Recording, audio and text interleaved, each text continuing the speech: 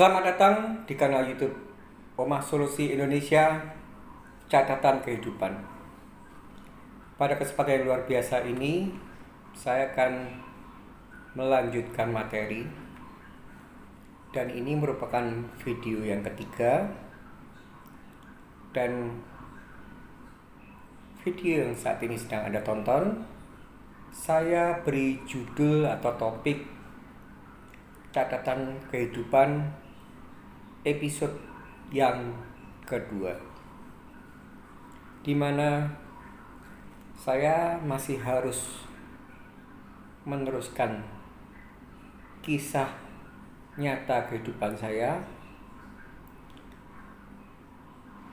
Saya akan berusaha semaksimal mungkin menyajikan seluruh konten-konten yang saya buat ini akan sangat bisa diambil intisarinya, bisa diambil maknanya, dan harapan saya untuk sekian kalinya saya mengharapkan Anda tidak bosan atau tidak melompati tentang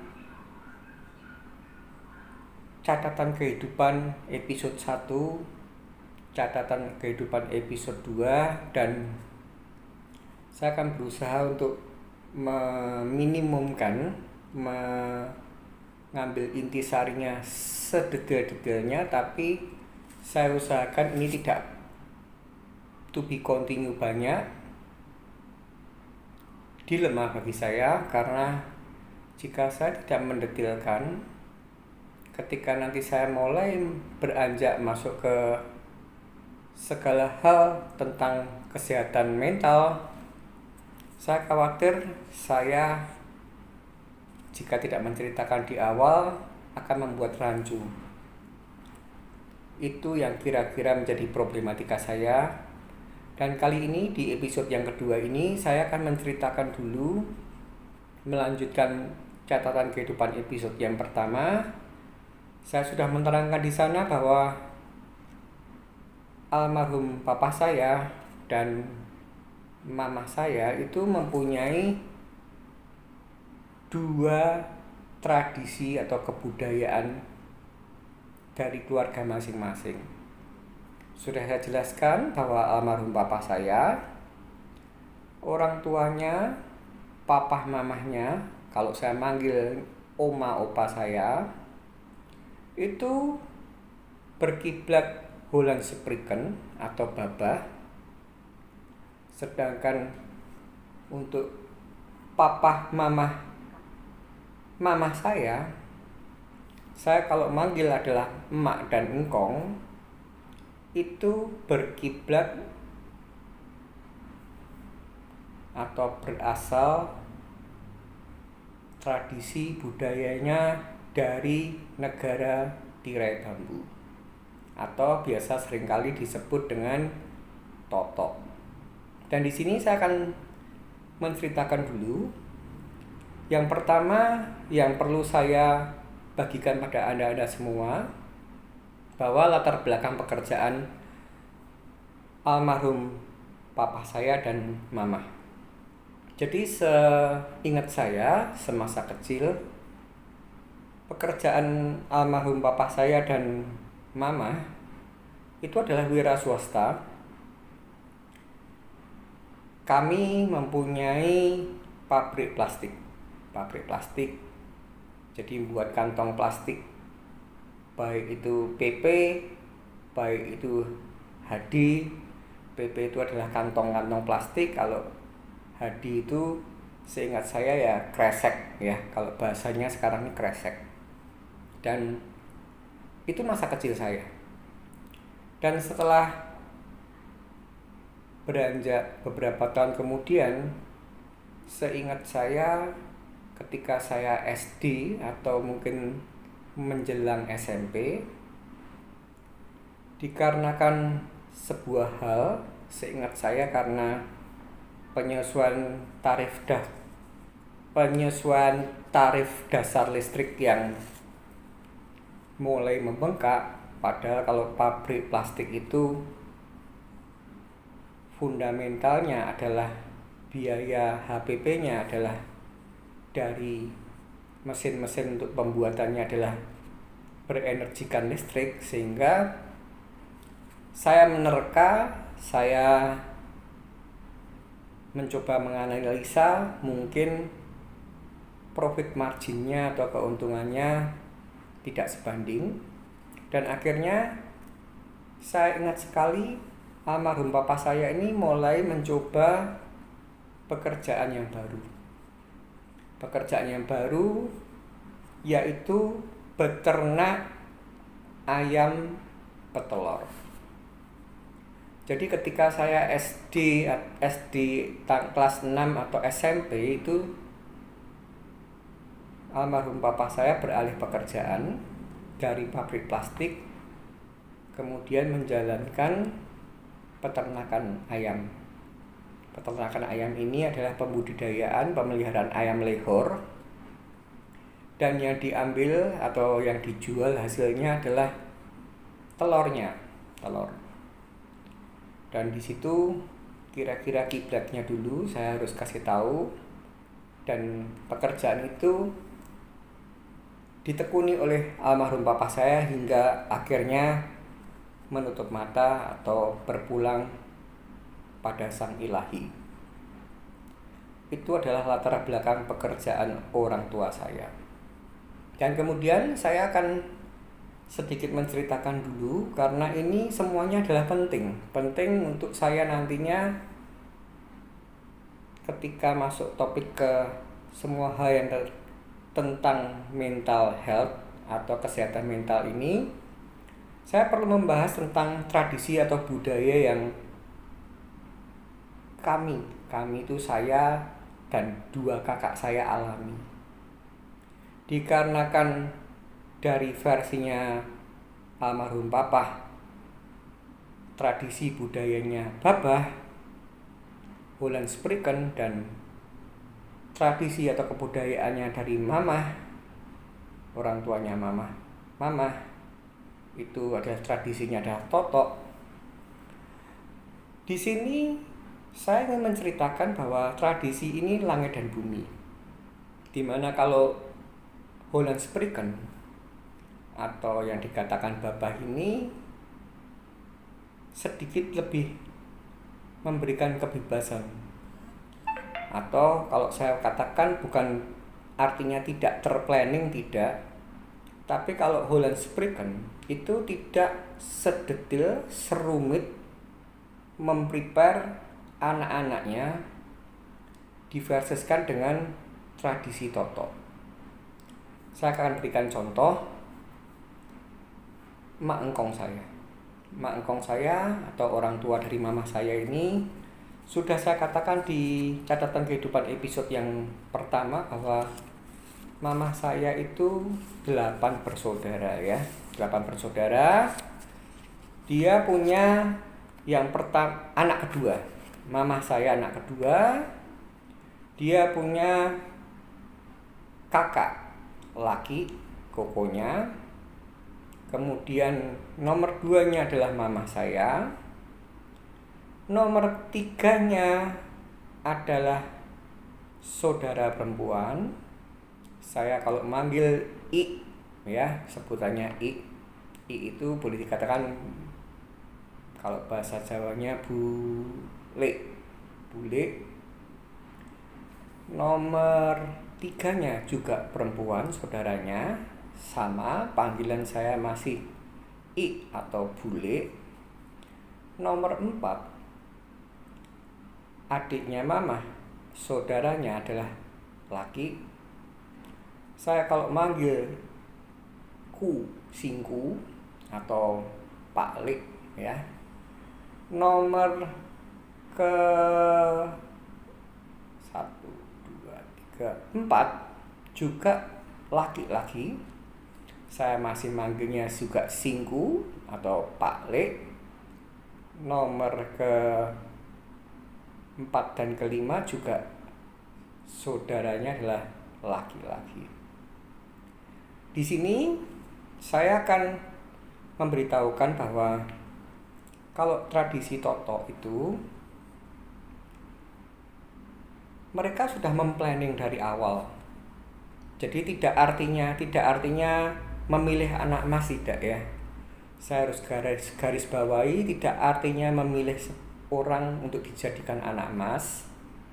Tapi bagi keluarga Toto ini sudah disetting. Nanti di masa tua mereka ini akan ditemani oleh siapa, itu sudah disetting. Dan kebetulan yang saya ceritakan ini, yang di keluarga mama saya, Mak Engkong almarhum ini memilih kan punya anak lakinya kan, berarti yang pertama, yang ketiga, keempat, kelima. Anak lakinya itu ada 5. Anak lakinya ada 5. Tapi yang sudah diplanningkan oleh almarhum Mak Engkong itu adalah yang akan serumah dengan mereka di masa tua adalah singku saya atau paklik saya, kakang ragilnya. Jadi urutan sebelum ragil. Jadi sebelum ragil atau sebelum terkecil, dia yang ditentukan atau dipilih atau disetting oleh almarhum Mak Engkong untuk menemani masa tuanya. Itu adalah tradisi Toto. Tidak artinya kakak mamah saya yang terbesar atau adik perempuannya yang ada 3 dan adik lakinya yang ada 4, itu tidak artinya mereka dipilih kasih atau diperbedakan, tidak. Tapi memang keluarga Toto sudah senantiasa untuk men-setting siapa yang nanti akhirnya di hari tuanya Mak Engkong almarhum ini akan tinggal bersama anaknya yang tadi. Dan yang dipilih atau yang terpilih oleh almarhum Mak Engkong saya adalah kakang ragilnya ibu saya. Jadi anak laki yang bukan bungsu tapi di atasnya bungsu itu yang dipilih untuk disetting serumah, dalam arti serumah itu menemani di masa tuanya. Akan tetapi yang terjadi ketika negara kita Indonesia tercinta tahun 1998 mengalami sebuah reformasi politik, di mana pada waktu itu presiden kita yang kedua almarhum Pak Soeharto terguling akibat situasi ekonomi dan politik yang carut marut, gerakan mahasiswa yang luar biasa. Akhirnya setelah menjabat puluhan tahun, presiden kita yang kedua almarhum Pak Soeharto akhirnya lengser. Dan ketika itu terjadi, sempat ada yang namanya huru-hara, dan khususnya kota Solo tidak luput dari peristiwa huru-hara itu sendiri. Bahkan bisa dikatakan kota yang parah setelah Jakarta. Terjadi penjarahan, perampokan, bahkan isunya ada pemerkosaan. Dan sudah saya ceritakan di catatan kehidupan episode yang pertama bahwa engkong saya, almarhum engkong saya itu pass away atau meninggal dunia tahun 1990. Artinya ketika kerusuhan tahun 1998, emak saya memang sudah tidak bersuami. Dalam arti tidak bersuami, setelah engkong meninggal, dia hidup ditemani oleh singku saya atau Pak Cilik, kakang ragilnya ini. Akan tetapi dikarenakan adanya traumatik traumatik yang dialami oleh singgu saya akibat adanya kerusuhan, akibat adanya penjarahan, bahkan ada isu pemerkosaan. Itu akhirnya singgu saya ini memilih untuk meninggalkan kota Solo. Meninggalkan kota Solo dan diputuskan oleh mereka, keluarga singgu saya ini diputuskan untuk pindah di kota Batam. Dan itu artinya manusia bisa berencana, tapi pada akhirnya Tuhanlah yang menentukan. Dan ketika memang ada situasi huru-hara yang membuat Pak cilik saya trauma dan akhirnya memutuskan untuk pindah ke kota Batam, di sana pasti terjadi dilema, dan itu bisa saya rasakan sekali karena kebetulan saat itu saya juga posisinya masih lajang. Singgu saya ini adalah panutan saya atau role model. Saya kagum salut. Dan ketika itu versi cerita dari orang tua saya bahwa singgu saya ini atau Pak cilik saya ini menawarkan pada mak saya atau mamahnya mamah, saya mau pindah Batam karena trauma akibat Solo ada kerusuhan. Berarti opsinya ada beberapa yang akan disodorkan oleh singgu saya atau Pak cilik saya, karena dia settingannya adalah orang yang seharusnya menemani mak saya di masa tua sampai dengan akhir menutup mata. Setahu saya, versi cerita orang tua itu singgu saya menawarkan pada mak saya, bagaimana kalau misalkan dia kalau manggil mak saya itu mama, "Mah, saya mau pindah ke kota Batam. Mamah berkenan untuk ikut dengan saya atau tetap di Solo?" Yang pasti kalau tetap di Solo itu artinya dengan sangat berat hati saya tidak bisa menemani mamah. Itu kata singgu saya yang diceritakan oleh orang tua saya. Dan setelah itu ditawarkan, karena mak saya ini relasi teman-temannya itu banyak di kota Solo, dan bahkan seingat saya versinya itu sempat mencoba, entah itu 2 minggu, entah itu 3 minggu, itu mak saya sempat mencoba untuk ikut di kota Batam. Cuman tidak kerasan dan akhirnya balik ke kota Solo. Yang ingin saya tegaskan di sini bahwa setelah mak saya kembali di kota Solo ini menjadi apa yang direncanakan, apa yang sudah ditata, bahwa dia akan menua ditemani oleh anak kakang ragil atau Pak cilik yang kakang ragil ini, jadi semuanya berantakan.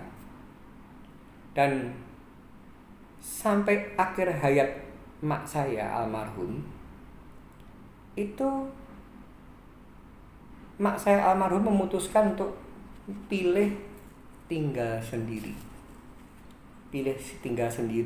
Dan dia tidak mau mengusik.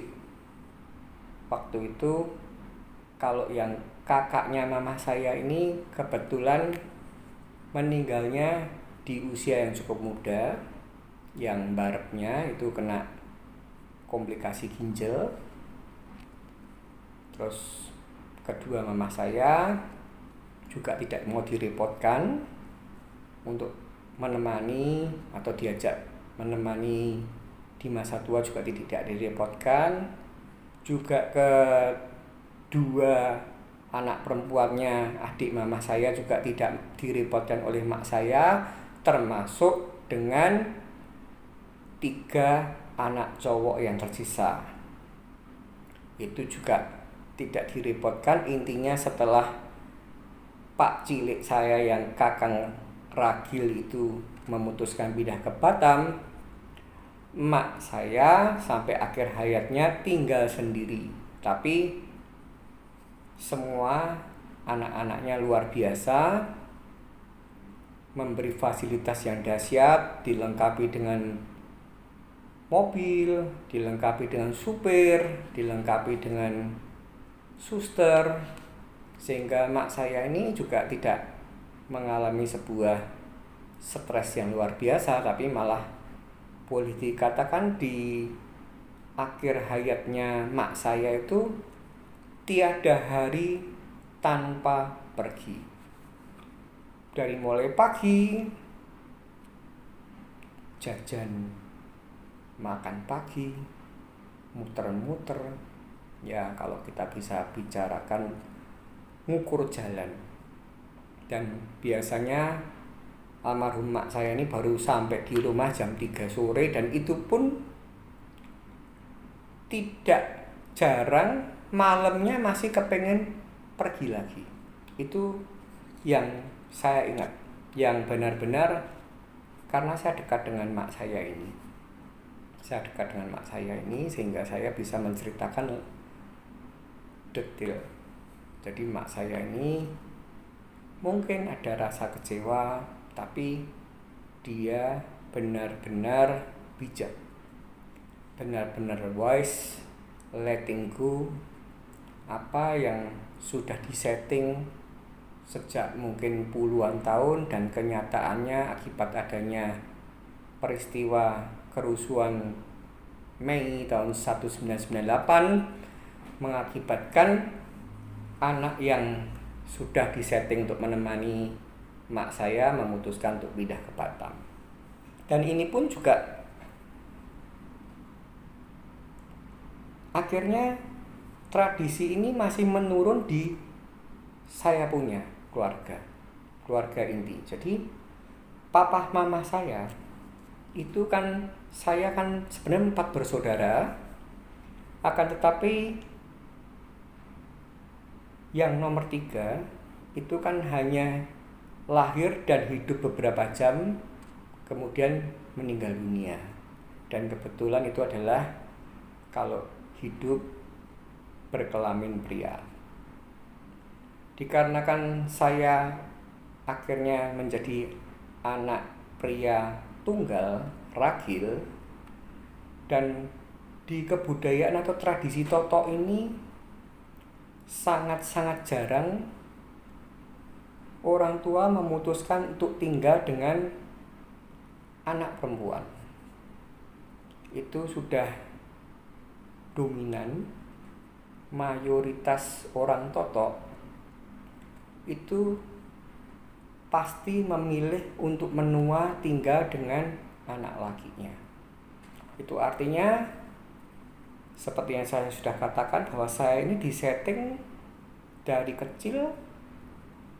Jadi papa mama saya ini juga sudah mempersiapkan, memprepare, dan tidak artinya saya anak mas. Saya ulangi, ini bukan masalah anak mas atau anak yang dimanja, tidak, tapi ini adalah tradisi.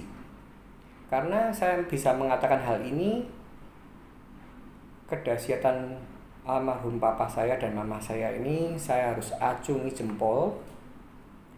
Cicit saya pun juga dibelikan rumah. Cicit saya yang pertama dibelikan rumah, cicit saya kedua dibelikan rumah, dan saya anak ketiga atau terakhir ini juga sudah disettingkan untuk menempati rumah yang saya lahir. Saya sudah di situ, di Jalan Alor nomor 10 atau Kebalen Tengah nomor 6. Itu kira-kira yang harus saya jelaskan, bahwa itulah tradisi Totok.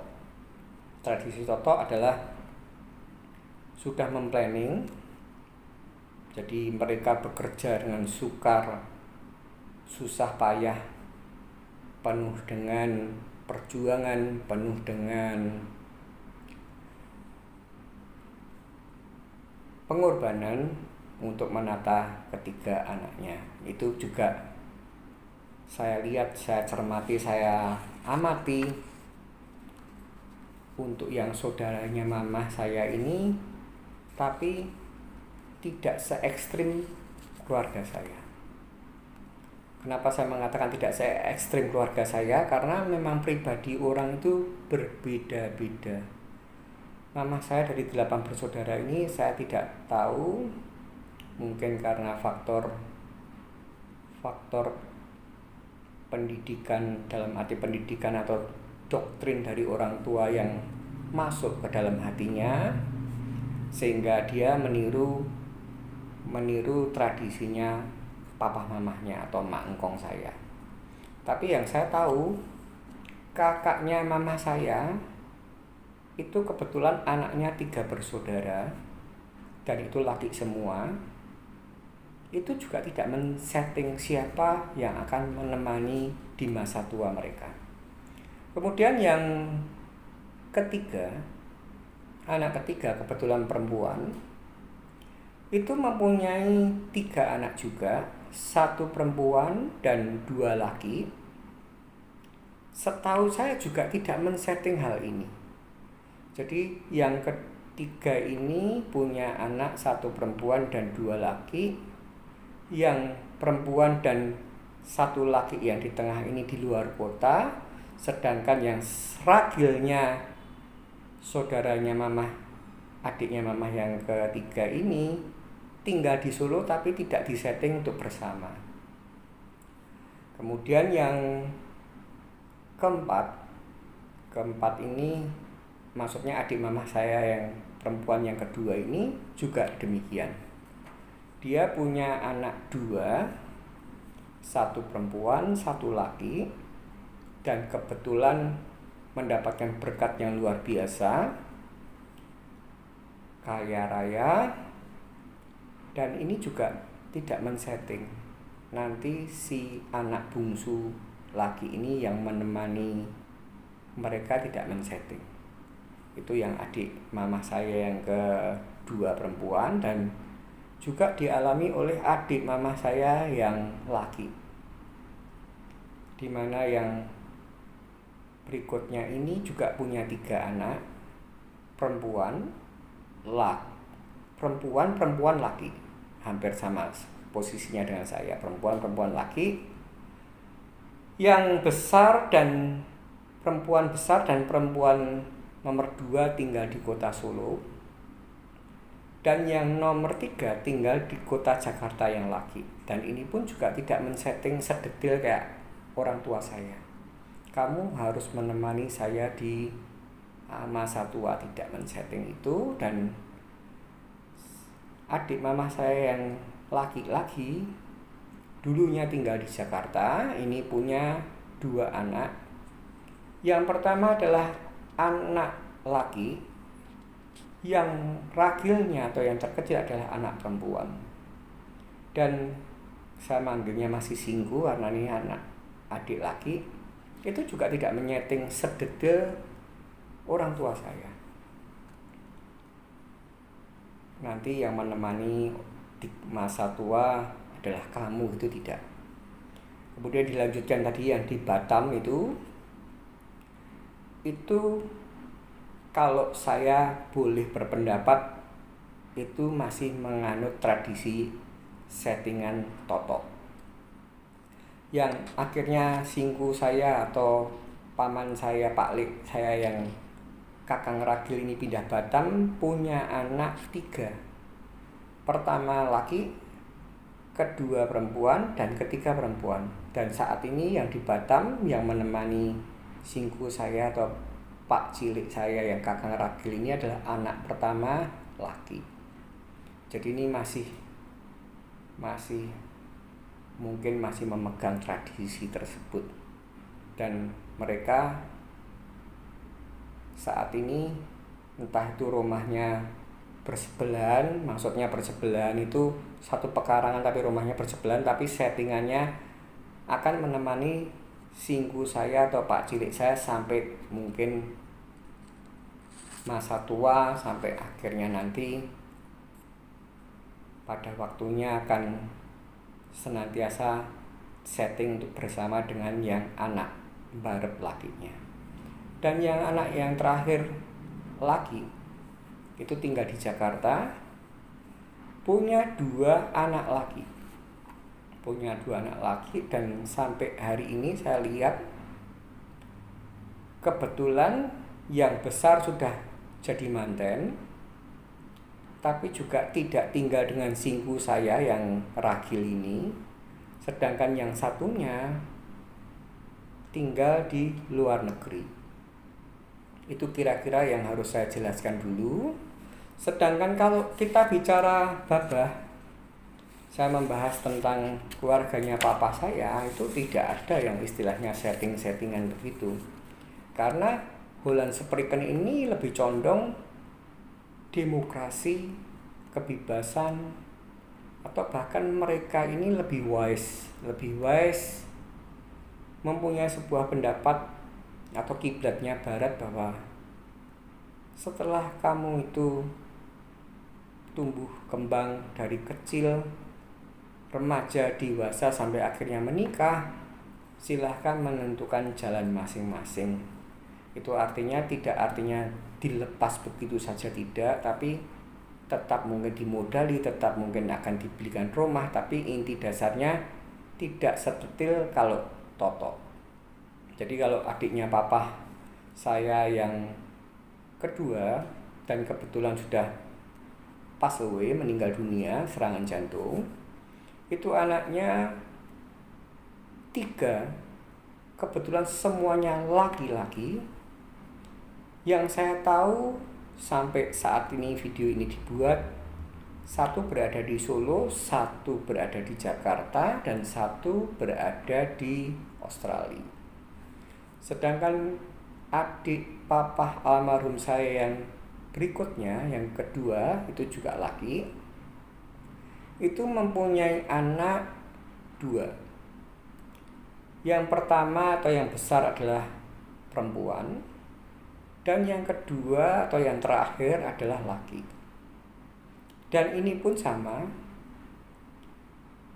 saya kalau manggil adiknya papa itu Ence, ya sebenarnya Pak Li, tapi Ence panggilannya. Itu tinggal di Solo, sedangkan anaknya dua-duanya di Jakarta. Tidak ada setting atau tidak ada paksaan, tidak ada sebuah hal yang ingin untuk membebani anak. Selama memang mereka nyaman, pekerjaannya memang berada di Jakarta, dia dalam arti Pak cilik saya juga tidak kepengen di Jakarta, lebih nyaman di Solo, dan akhirnya ya maksudnya mereka tuh Pak cilik saya tua saat ini tidak tinggal dengan kedua anaknya, walaupun mungkin sering riwa-riwi atau ditilii ya. Dan yang terakhir adalah adik laki almarhum papa saya, anaknya juga 3, laki, perempuan, laki. Yang laki tinggal di Solo, yang perempuan tinggal di Jakarta, yang laki ragil atau terkecil tinggal di Solo. Tapi ini sama, walaupun 2 anak lakinya di Solo, tapi mereka tidak hidup atau menemani orang tuanya. Jadi kebebasan atau tidak ditoto atau tidak diplanning sedetil seperti keluarga Toto. Dan yang terakhir adalah adik perempuan papa saya, baru tahun ini meninggal dunia. Adik perempuan papa saya baru tahun ini meninggal dunia. Itu juga punya 2 anak, dan sengerti saya yang paling besar adalah laki, sudah berkeluarga, tinggal di kota Bandung. Tapi setelah adik perempuan papa saya meninggal ini, setahu saya kalau manggil berarti paman atau suami dari adik perempuan papa saya almarhum, itu juga tidak tinggal bersama dengan anak lakinya.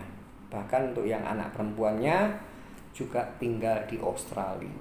Jadi kira-kira begitu, sudah saya ulas semua bahwa papa saya punya saudara 3 laki dan 2 perempuan. Mama saya punya saudara 5 laki dan 2 perempuan. Itu yang akan saya jabarkan, itu yang akan saya ceritakan, karena nantinya ini akan nyambung ke sebuah materi yang akan saya bahas di segala hal yang terkait tentang kesehatan mental. Dan saya akan mulai melanjutkan lagi dulu, karena kalau ini saya pisah-pisah atau saya stop untuk episode yang ini, nanti terlalu banyak episode untuk yang catatan kehidupan saya. Jadi saya memberanikan diri dengan harapan, dengan sebuah janji, Anda mengikuti cerita saya ini, nantinya ketika saya masuk ke materi tentang kesehatan mental, saya menjanjikan membuat konten sebagus mungkin untuk bisa diambil intisarinya, untuk bisa dijadikan pembelajaran hidup, sehingga mungkin kalau punya case-case kehidupan yang mirip dengan saya, bisa untuk diambil hikmahnya. Saya akan melanjutkan dulu tentang masa sekolah saya, karena kemarin belum detail. Sudah saya katakan bahwa saya TK di TK Mesen dan SD saya sekolah di SD Kanisius 13 Keprabon. Itu 2 tingkat pendidikan tersebut saya tidak memilih sendiri, tapi itu adalah keputusan orang tua saya.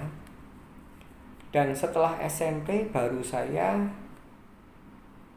jadi TK SD itu almarhum cicik saya yang pertama, cicik saya yang kedua, dan saya semuanya sama sekolahnya. Ya di TK Mesen, ya di SD Keprabon 13. Kemudian ketika SMP ini sudah beda-beda. Jadi ini saya detailkan. Yang cicik saya sudah almarhum, dia memilih SMP Bintang Laut. Cicik saya yang kedua memilih SMP Widya Wancana. Dan yang saya memilih SMP Kanisius. Dan yang akan saya bahas adalah kehidupan saya. Saya memilih SMP Kanisius ini, faktor utamanya cara pemikirannya sangat-sangat simpel waktu itu, karena saya masih belum mengerti atau belum banyak makan asam garam kehidupan waktu itu SMP. Saya hanya memilih atas dasar dekat dengan rumah yang saya tinggali. Jadi mulai SMP ini saya ingin menjelaskan pada Anda, saya kalau berangkat sekolah, pulang sekolah itu tidak perlu menggunakan kendaraan, karena jaraknya dari rumah saya ke sekolah tidak lebih dari 1 kilo. Jadi saya pulang pergi jalan kaki. Sedangkan kalau yang Bintang Laut, kakak saya itu dulu diantar jemput kadang papa saya. Kebetulan mama saya tidak bisa setir, baik itu motor ataupun mobil. Yang almarhum papa saya yang bisa setir, baik itu motor atau mobil. Jadi seingat saya kakak saya yang pertama yang sudah almarhum di Bintang Laut dan kakak saya yang kedua yang sekolah di SMP Widya Wancana ini masih menggunakan fasilitas antar jemput. Entah itu yang dijemput papa saya almarhum ataupun supir. Kalau saya sudah jalan kaki. Dan ketika dilanjutkan untuk jenjang berikutnya, itu kami bertiga sudah memutuskan masing-masing. Dari yang tadi SMP Bintang Laut, almarhum kakak saya memilih melanjutkan ke SMA Yusef. Dan ketika itu kakak saya yang almarhum yang pertama sudah dikasih kepercayaan untuk bawa motor sendiri. Pulang pergi sekolah naik motor. Sedangkan kakak saya yang kedua dari SMP Widya Wancana tetap melanjutkan SMA juga di dalam bendera Widya Wancana. Akan tetapi untuk kakak saya yang kedua yang perempuan ini atas alasan kesehatan, cicit saya ini sering pusing, dan kalau pusing terkadang bisa pingsan, sehingga kakak saya yang kedua ini tidak diperkenankan oleh almarhum bapak saya dan mama saya untuk setir mobil ataupun motor. Dan bagi saya sendiri, setelah saya dari SMP Canisius melanjutkan atau memilih di SMA Regina Pacis, dan sama dengan kakak saya almarhum yang pertama, saya diberi kepercayaan oleh orang tua saya untuk mengendarai motor ke sekolahan, pulang dan pergi. Itulah yang akan saya jelaskan detail tentang kami 3 anak ketika kami masih masa kecil. Dan saya ini sangat beruntung, keterampilan saya olah kata, bicara di depan publik atau panggung ini saya dapatkan akibat dari saya aktif di dalam kepengurusan OSIS, organisasi siswa interschool. Jadi saya SMP ikut OSIS, menjabat kelihatannya awal mula sekretariat bidang, kemudian di sana 2 tahun ya, karena kan masa pendidikan 3 tahun, tapi setelah kelas 3 biasanya nggak boleh masuk ke kepengurusan OSIS, harus konsentrasi untuk ujian. Jadi saya 2 tahun di kepengurusan OSIS SMP. Seingat saya sempat menjadi wakil ketua OSIS. Kemudian saya di SMA juga enjoy, menikmati sekali organisasi OSIS. Bahkan di SMA saya menjabatnya 2 tahun itu juga ketua atau wakil ketua OSIS di SMA Regina Pacis. Dari sana saya mendapatkan banyak sekali pembelajaran hidup, di mana saya mulai mengerti tentang bagaimana cara untuk menata kepribadian, menambah wawasan, menambah pertemanan, menambah kemampuan dalam mengatur sebuah event-event pendidikan, kelas meeting, dan banyak sekali acara sekolah. Akan tetapi ketika saya menginjak di perguruan tinggi, saya tidak mengikuti satupun kegiatan tentang kemahasiswaan, dan itu pasti ada sebab. Baik, saya akan sebelum menutup video ini akan saya sampaikan sampai saya di kemahasiswaan dulu ya. Jadi sudah saya katakan bahwa ini mau tidak mau harus saya ceritakan karena nanti kiblatnya dari sini. Saya itu mengenal jatuh cinta cinta pertama saya itu ketika saya di SMA, karena saya OSIS. Adik kelas saya ini yang saya taksir. Adik kelas saya taksir, sehingga itu berlanjut. Kami berpacaran serius dan bukan cinta monyet. Dan ketika saya memilih perguruan tinggi di Universitas Satya Wacana, dengan sangat-sangat saya ungkapkan sejujurnya, saya memilih asal-asalan.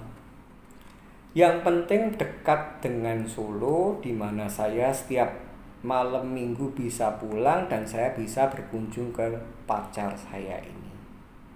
Karena pada saat itu saya menanyai pacar saya ini, kamu nanti mau melanjutkan kemana? Dan ketika saya tawarkan untuk ke universitas yang sama, pacar saya tidak sreg, karena jurusan yang dia ambil tentang kearsitekan itu tidak ada yang baik di Satya Wacana. Dan akhirnya setelah pacar saya lulus SMA, dia memilih di universitas ternama di kota Bandung. Dan mulai hari itu saya mengalami long distance. Jadi berpacaran dengan jarak jauh, dalam arti zaman dulu tidak ada handphone ya, tidak ada handphone, jadi yang bisa ya hanya ke apa dulu namanya, Telkom yang kecil-kecil itu apa ya, warnet, bukan warnet, apa,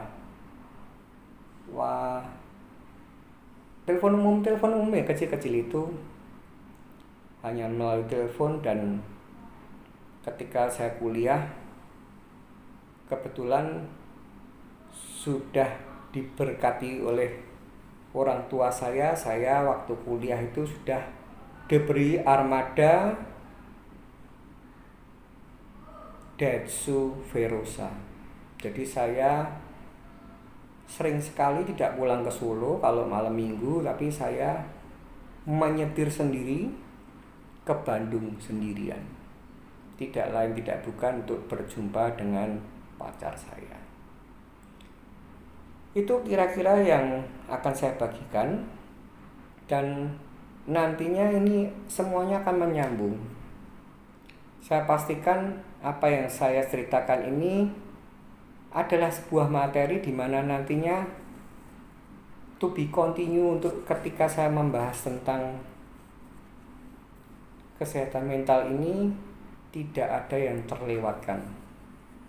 Satu hal yang pasti bahwa apa yang saya ceritakan adalah masa lalu. Dan sudah saya katakan untuk sekian kalinya, saya tidak hidup di masa lalu. Jadi itu bukan sebuah kenangan kehidupan, tapi yang saya sajikan pada Anda semua adalah tidak lain tidak bukan pembelajaran kehidupan saya, di mana nantinya saya bisa kasih sebuah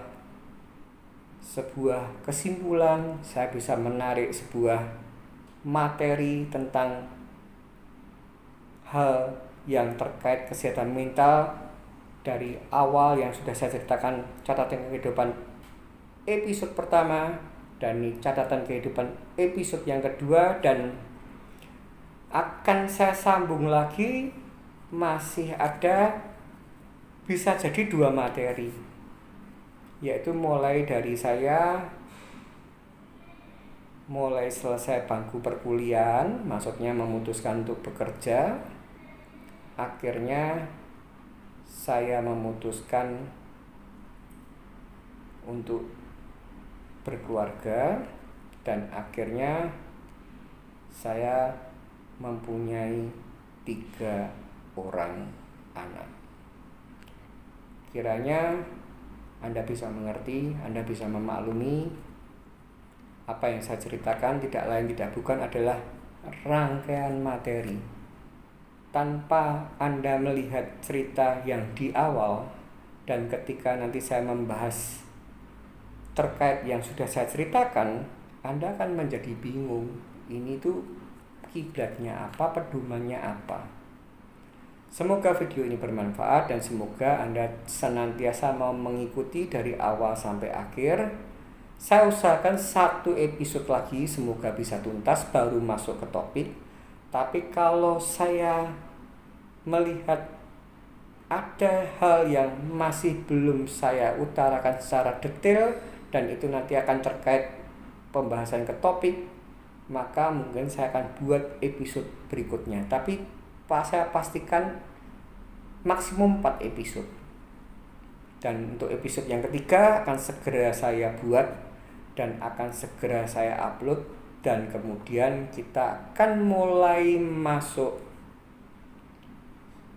ke topik khusus tentang kesehatan mental. Jangan menyerah, tetap semangat, dan ingat, badai pasti berlalu.